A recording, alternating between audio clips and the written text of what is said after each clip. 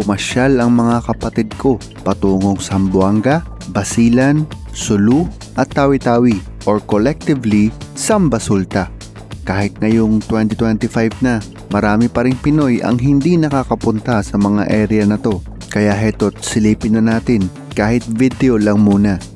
Nagsimula ang trip sa Zamboanga City, nasa pinakatimog ng Zamboanga Peninsula. Welcome sa Sadiq Grand Mosque. Nagsimula ang construction noong 2016 at ito ang magiging pinakamalaking mosque sa Pilipinas at sinasabi ng mga lokal na magiging pinakamalaki sa Southeast Asia.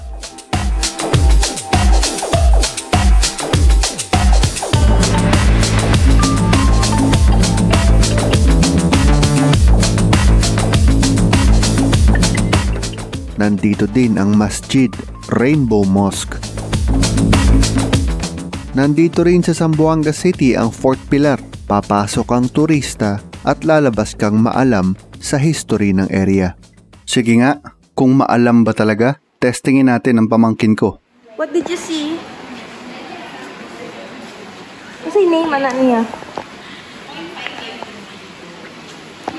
Tutol! Tutol! Mapatawad sana ako ng mga pamangkin ko. Stampede ng mga ibon sa labas ng Fort Pilar. Mag-ingat sa paglalakad. Baka ang mga pigeon ay mapidyat. Napaatras pa nga si Paco sa sobrang patok ng kanyang produkto.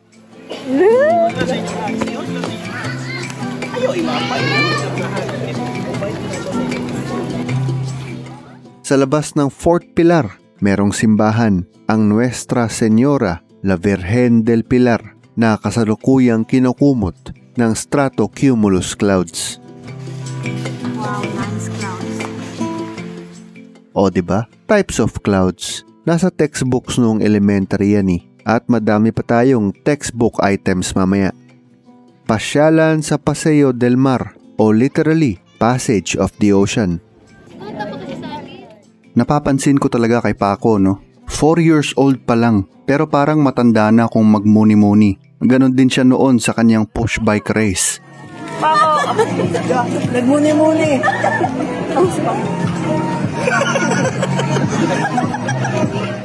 Narito ang throwback footage from Cebu City.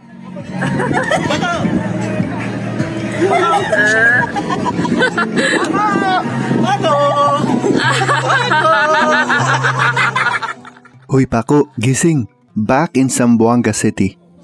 Kuya, naging kuya. Maniniyak kuya. Punta ka?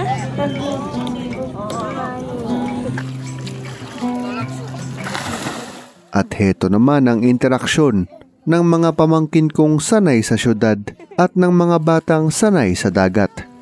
Thank you. Itong Zamboanga City ang kanilang base at babalik po tayo dito mamaya. Pangalawang araw, upang tumungo ng Sulu, kailangan sumakay ng barko. Dito sa tourism office nila, meron kang oportunidad na maligo, magbihis o basta freshen up.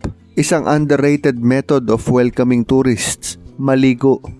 I'm in Sulod. At kapag sinabing Sulu cuisine, laging naaalala ang mga kakanin. Nandito rin ang sati, beef barbecue. S-A-T-T-I ang spelling pero katunog ng mas kilalang satay. Nakakaaliw ang naming connection sa ibang Southeast Asian cuisine. 2 mug per tao para itostos mo ang kape. Silang gaawat-awat.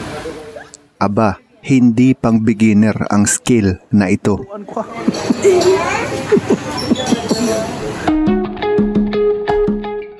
Ito naman ang eksena ng 2 sikad na ito sa Sulu o sidecar na nagbanggaan. May banggaan po. At pagkatapos ng lahat, nakangiti pa rin ang mga driver. Wala pa tayo sa Tawi-Tawi pero tawa-tawa muna. Shopping ng Malong. Ay parang type ko ang isang to. Ay sorry, may tao pala.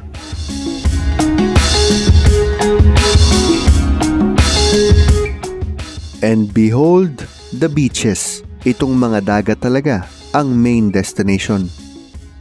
Ito ang Tandu Beach sa parang Sulu. Sa Sulu talaga yan. Legit.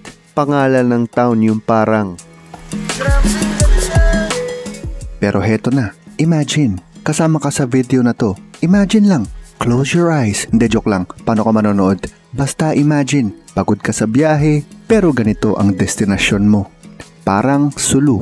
Talagang Sulu.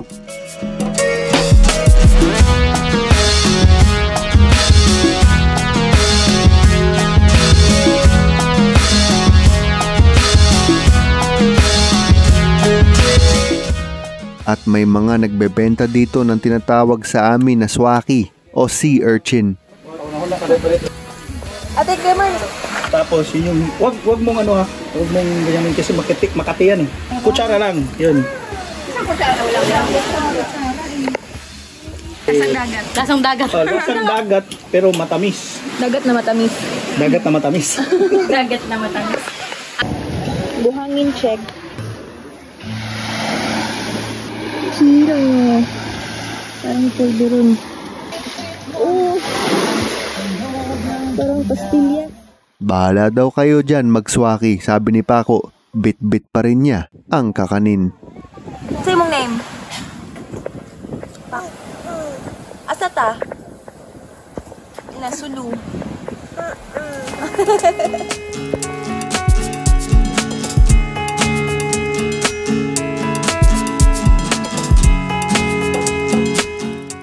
Minor change in location. Lakad lang kasi. Mang Sali Beach Resort. Mang Sali, kumusta ang lagay ng panahon? Yes, Josie, June. Maganda ang panahon, June. Walang hahahaha bagat.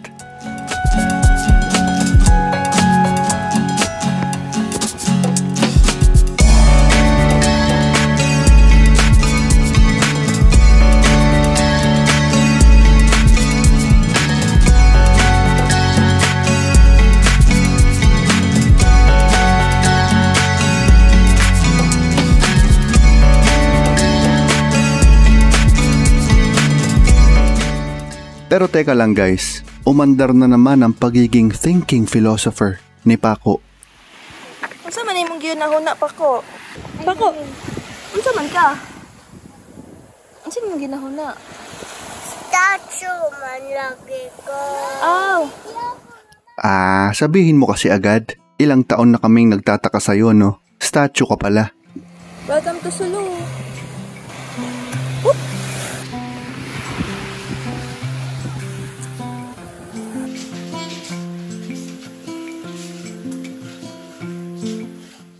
At heto na, in the flesh or in the fabric, nahahawakan na ang mga nooy nasa litrato lang sa textbooks.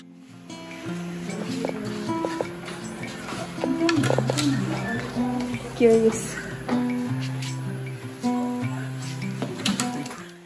Heto naman ang tinaguriang The Golden Mosque of Maimbong. Sa Maimbong Sulu din matatagpuan ang Tambuang Falls. Inggit na naman si Charlene sa mga arko na heart. Tumatakbo si Coco paakyat. Slowly, Koy. Dahil alam niyang mas maganda ang view sa taas. Parang drone ang batang to. Sige nga Coco, remember nung bata ka? What's the sound of the drone? Sabi na, Adre.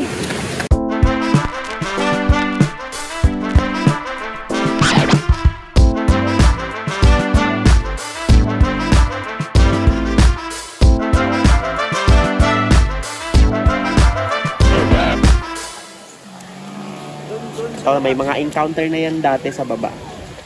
So kami noon, kahit kami dito mga lokal, hindi kami lumalabas. Natatakot din kami. Minsan, mga ganitong oras na sa bahay na kami. Tapos alas 3 pa lang, wala nang klase. Wala nang tao sa mga school. Ngayon lang kayo. Yes. Kailan yung naging terrorist? Na-declare nung 2023 lang. Uy. Ang topic na ito ay isang elephant in the room.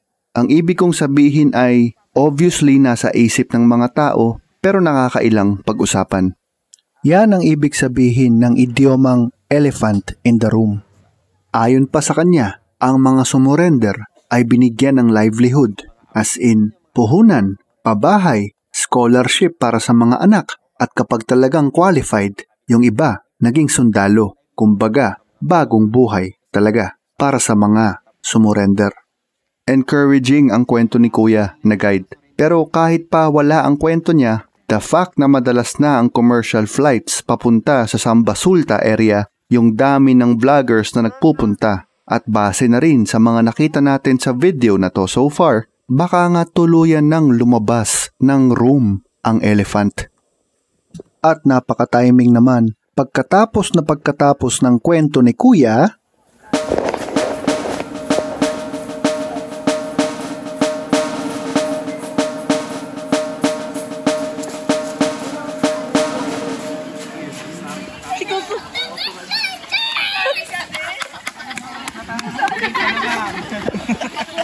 Gulat ako.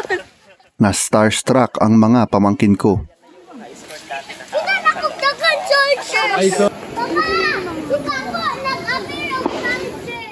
Ang kanilang kinatatayuan ay tinatawag na Bud Datu, o ang literal na translation ay Hill of the Rulers.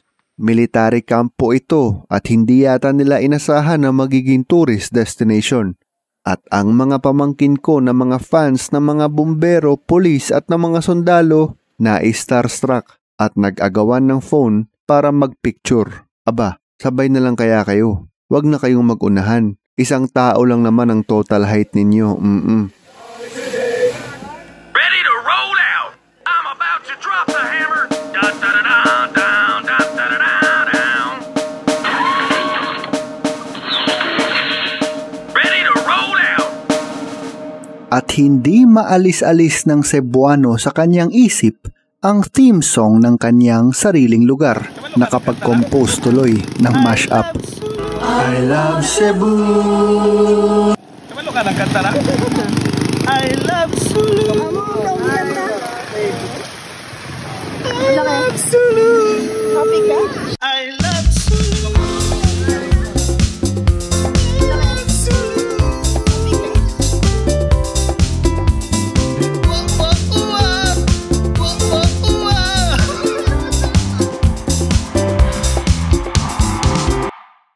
Sabaw. Ito recipe ng mga tausug. Tiyula itom, beef or goat soup.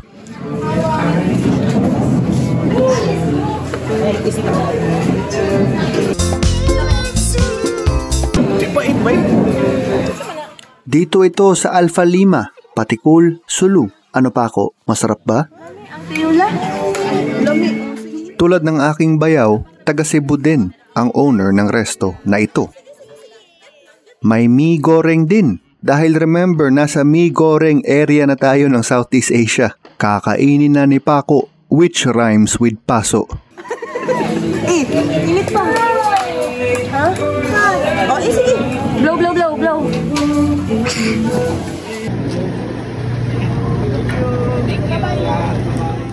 Babalik ng Sulu Tourism Office para umexit. May mga native instruments doon. Ginawa ko pong music ang eksenang to. Makikita niyo po mamaya pagdating natin ng Tawi-Tawi.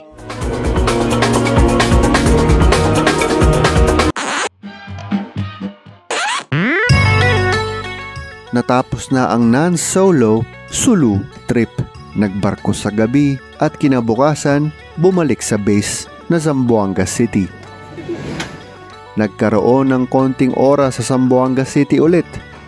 Tapos rekta na sa malapit na isla ng Basilan, lalapag sa Isabela de Basilan.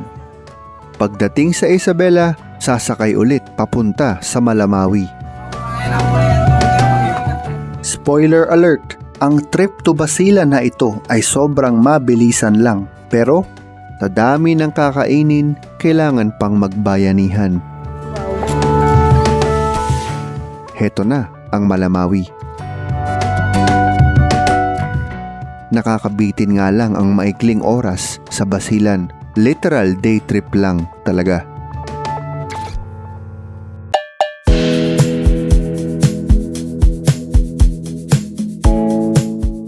Welcome to day 4 ng buong trip. Pagkagising sa Zamboanga, rekta to airport, tapos Tawi-Tawi na.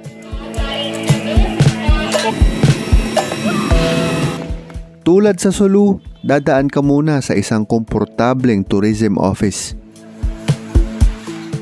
Konting sakay. Hello po, ma'am. At nandito na tayo sa homestay ni Ate Sidang. Nagsimula noong 2010s. Kilala si Ate Sidang para sa kanyang super hospitality. Ayon pa sa iba, phone call pa lang para bang ate mo talaga ang kausap mo. Dear Ate Sidang, meet Sharon. Paano ba naman? Ang sarap nitong palikambing, fried banana dumplings. Thank you daw po Ate Sidang, sabi ni Sharon. Itong kapatid ko ngang si Isay, parang nasa bahay lang namin. Laging last kung matapos sa kainan. At biglang bumigat ang sasakyan. Broom broom na muna ulit. Balobok Cave. Dito nanirahan ang ilan sa mga pinakaunang human beings sa Southeast Asia. Mesmerizing inside at ang tunay na reward ay ang butas na ito. It's a work of art. Ganito siguro ang pakiramdam maging bola ng bilyar na nahulog na. Ay, sa ganda nito, para bang naiintindihan ko na rin ang mga naunang tao na nagsettle dito. Ito naman ang Masjid Nurul Iman. Makikita yan sa loob ng Mindanao State University, Tawi-Tawi. At minsan sa biyahe, bago ka pa makarating sa destinasyon, naaaliw ka na ma-witness ang mga day-to-day na detalye na nararanasan ng mga lokal dito. Sanay na sila, pero sa atin, it's a whole new world. Sa susunod na lakad, pumili ka kung green for good health, yellow for success, or blue for prosperity. Makikita niyo mamaya kung saan ito mapupunta. Welcome to Budbongao Forest Park, kung saan masusubok ang resistensya ng mga kapatid ko. Huwag kayong mag-alala, sisters. Ang turista nga na si Manny Pacquiao hiningal sa mga steps sa Italy. Don't you feel better now? Me and Ate before Budbongao. Sa mga dadalaw dito, may payo po ako in case makakita ka ng mga unggoy. Huwag po ninyong takutin. Pabayaan mo, baby. Huwag mong takutin na, baby. Pabayaan mo, baby. Pabayaan mo. Pabaya lang. Hello. What's your name? Pabayaan nyo lang sila. Tapos na ang statue era ni Paco. Monkey era na siya ngayon. Kamang na lang daw siya. Meron ng exhale ang bawat hakbang ni Bayaw paakyat. Kailangan na yata niya ng Coca-Cola. Nagugutom ang mga chikiting pero hindi pwedeng makita ng mga unggoy sa paligid. Hindi nila pwedeng makita na may dala silang chibog. Magkakagulo. Okay, safe. Safe? Coast is clear.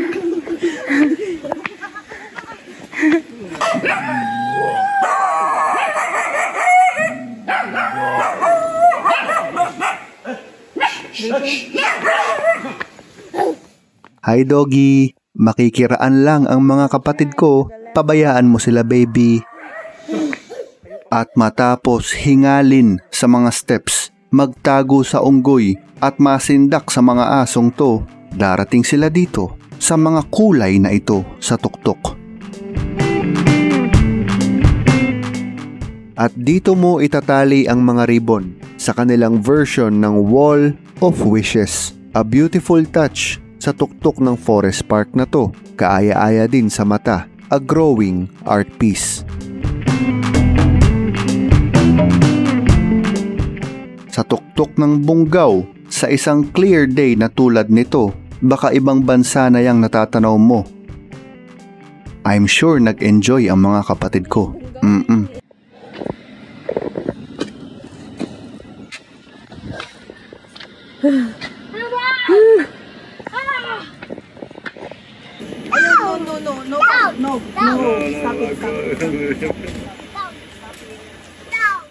Pabayaan nyo ang unggoy, baby. At ano pa ba ang gagawin kapag magdidilim na at pagod na? Edi, umuwi ka na, baby. That was day 1 in Tawi-Tawi. Ayan ang budbonggaw na inakyat nila kahapon. Welcome to the second day sa Tawi-Tawi. 3 araw ang Tawi-Tawi trip na ito. At dahil maliliit na mga isla ang Tawi-Tawi, mangilang beses din ang pagsakay sa bangka.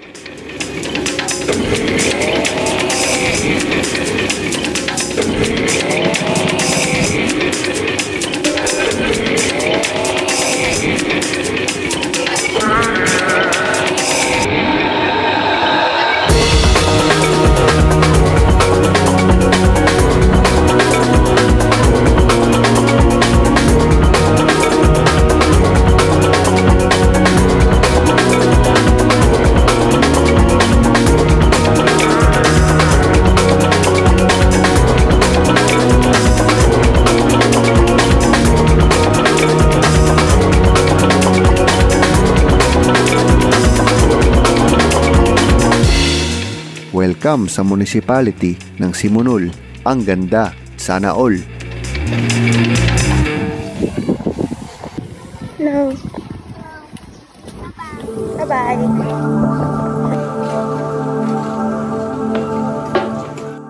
Nandito tayo sa loob ng pinakaunang moske, hindi lang sa Pilipinas, kundi pati sa buong Southeast Asia, ang Sikh Karimul Makdum Mosque.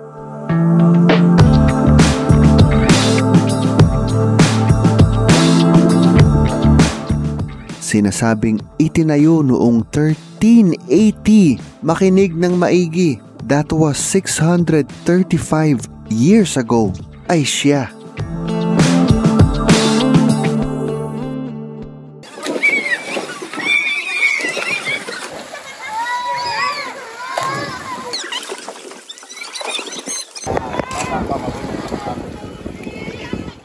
Nakita nyo na ang pinakamatandang moske. Magbabangka tayo ulit para sa isa pang pinaka. Chibog time na naman.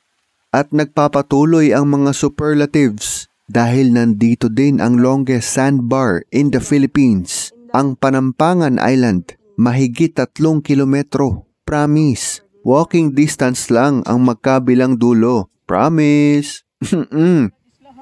Insert drone shot. Ay sorry, isa pa. Insert drone shot.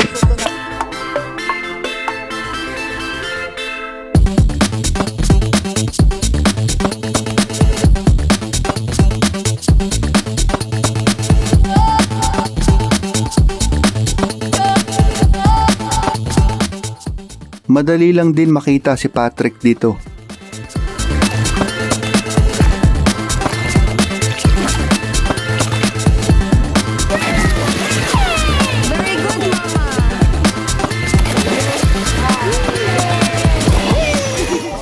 At biglang nagpalipad ng drone at estatwa si Merl.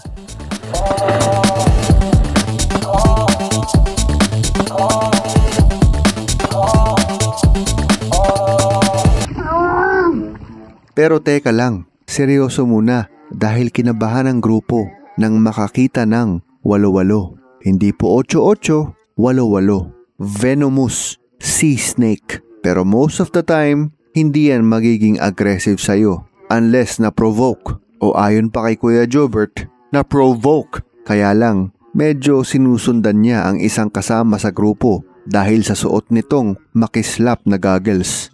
Kaya payo ko na lang po, mag-ingat sa ahas, literally and figuratively. Walo-walo nga. Malisin mo yung gaggles mo. Malisin mo yung gaggles mo. Gaggles mo, malisin mo yung gaggles mo. Habulin yan. Doon kayo, doon kayo. Ayan na sa'yo. Habulin yan. Sakto lang uwian na. Alas 4 na rin, alas 4 na rin kasi. Anong araw na nga ba? Basta, the beautiful Tawi-Tawi is day 4, 5, and 6.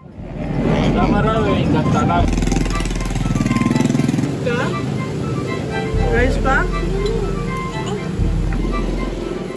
Pangatlong araw at huling araw sa Tawi-Tawi. Sumulpot na naman ang sati. Sati for breakfast. Saktong gising at kain lang, tapos lipad na kaagad, pabalik sa base.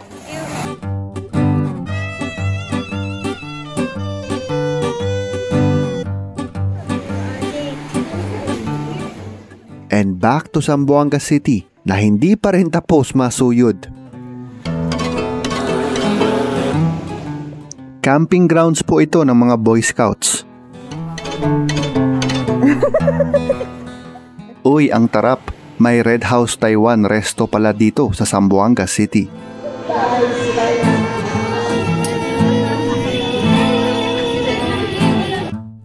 And when in Zamboanga City, isang maikling tawid lang sa dagat, nasa kaaya-ayang buhangin ka na kaagad. Buhangin check with sassy shit. I see pink. Guys, nakikita nyo ba yung pink?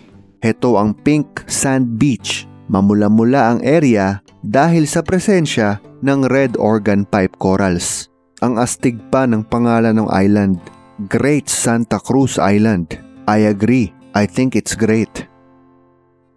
Nandito rin ang boat ride sa piling ng mga mangrove. Look at that, another textbook item, Vinta. Syempre, pag may customers, may sales, may Vinta.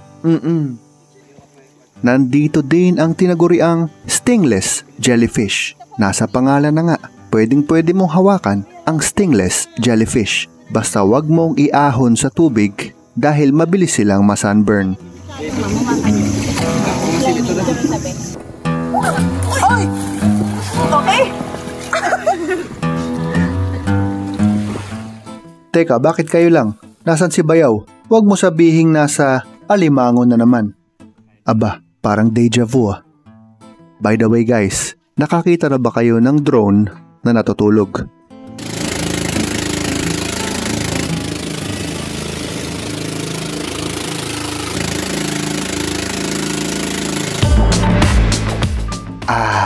Ang gaganda ng mga lugar.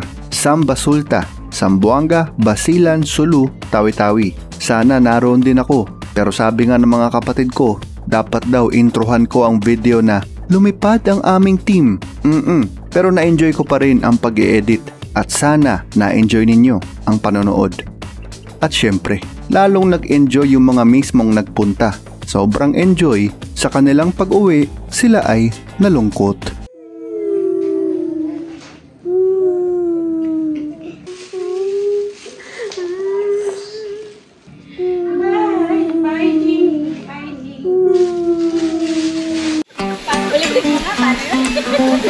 Sino sa school na? Ano na ako sa shock naman? Sino sa school na? Kasi,